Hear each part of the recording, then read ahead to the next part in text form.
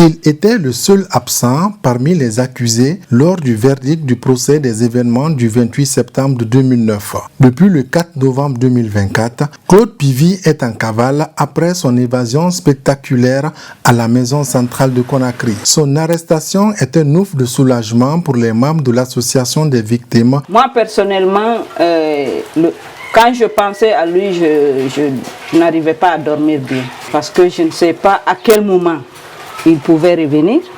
Quand on entend aujourd'hui il est arrêté, c'est un soulagement pour tout le monde.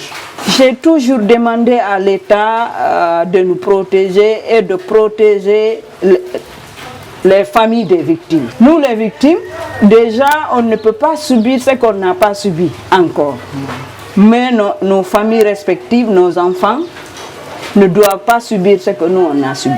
L'Organisation guinéenne des droits de l'homme félicite le gouvernement de la transition pour avoir mis le grappin sur Claude Pivy. Néanmoins, elle met en garde contre les violations des droits de l'ex-colonel de l'armée guinéenne.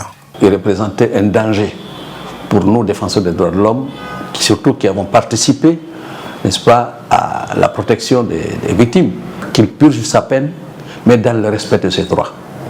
Nous exigeons vraiment que ces droits soient respectés. Nous exigeons que ces avocats soient libres de veiller à ces droits.